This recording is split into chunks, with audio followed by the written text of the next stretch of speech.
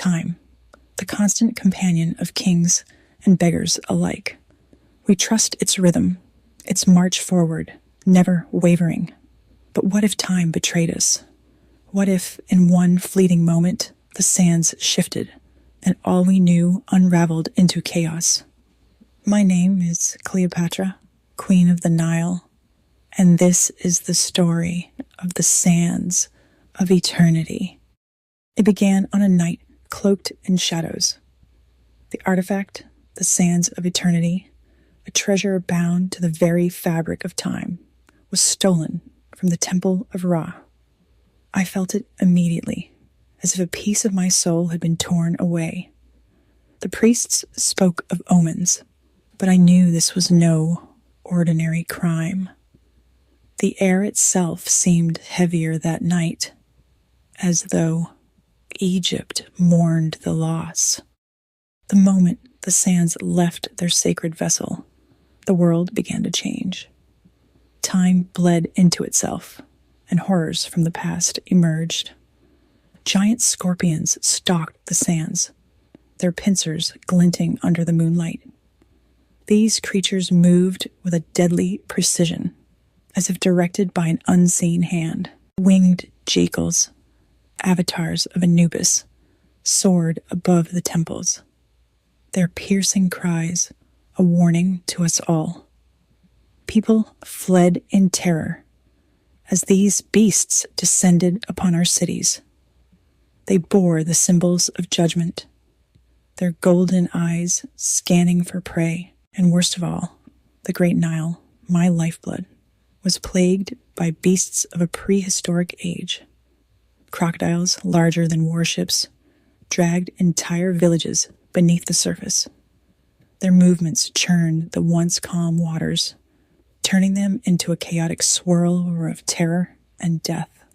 Fishermen spoke of the monster's glowing eyes, and even the bravest dared not approach the riverbanks.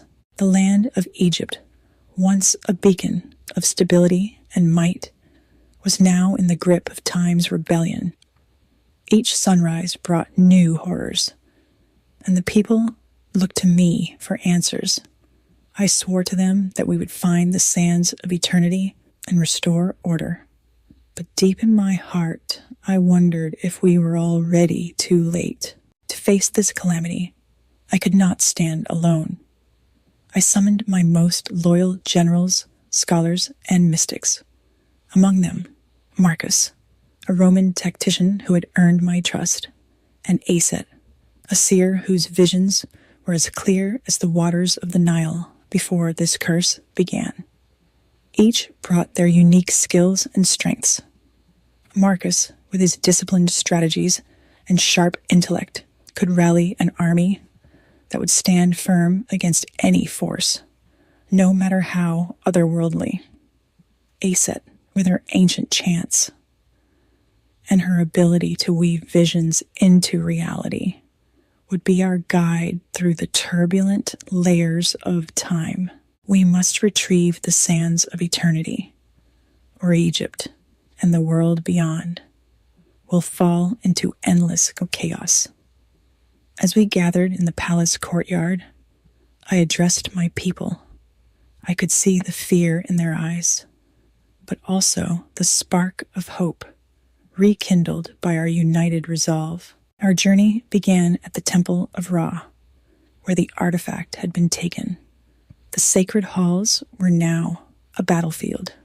Winged jackals circled above, and the temple's once pristine statues lay broken, their shattered pieces scattered like relics of a lost age.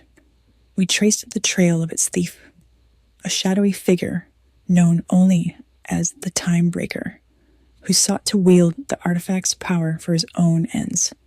The priests who survived whispered of a figure cloaked in darkness who moved as though he was not bound by the laws of this world. The journey ahead was treacherous, and every step tested our courage and unity. I often wondered if the gods watched, measuring our worthiness. Together, We pressed forward not as individuals, but as a single force, the heart of Egypt beating as one. Each step of our journey tested us. The sands shifted beneath our feet, and beasts from eras long past emerged to challenge us. These were no ordinary foes. Their forms bore the marks of twisted timelines, with horns and scales that shimmered unnaturally. Giant scorpions lunged from the dunes, their venomous stingers slicing through the air. The heat of the sun bore down on us mercilessly, but my resolve did not waver. But my people are strong, and my allies brave. Marcus held the line against the winged jackals, his Roman sword cutting through their ranks with an expertise honed in countless battles. Asset, ever the beacon of hope, stood at the center of our formation. Her chants rang out like bells of salvation, weaving golden shields that shimmered with divine power. At one point, a beast, a monstrous hybrid of crocodile and lion, charged toward us, its roar shaking the ground. Marcus and I faced it together, driving it back into the depths of the sands. As we fought, I began to notice the strange way time behaved around the beasts. Their movements were erratic, as if they existed in fragments of different moments. Some lunged at us with unnatural speed, while others seemed to freeze mid-attack, their forms flickering like a mirage. I realized then that the sands of eternity had not merely unleashed these creatures. They had fractured the very flow of time itself. After hours of relentless combat, we reached a place where the sands no longer seemed natural.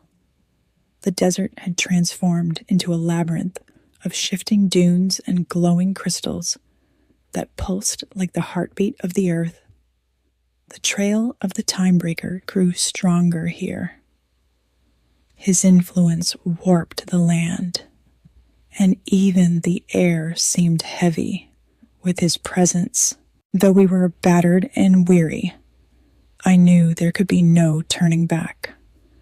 Egypt's future, and perhaps the fate of the world, depended on what lay ahead. With Marcus at my side and Aset's magic lighting our path, we pressed forward into the unknown.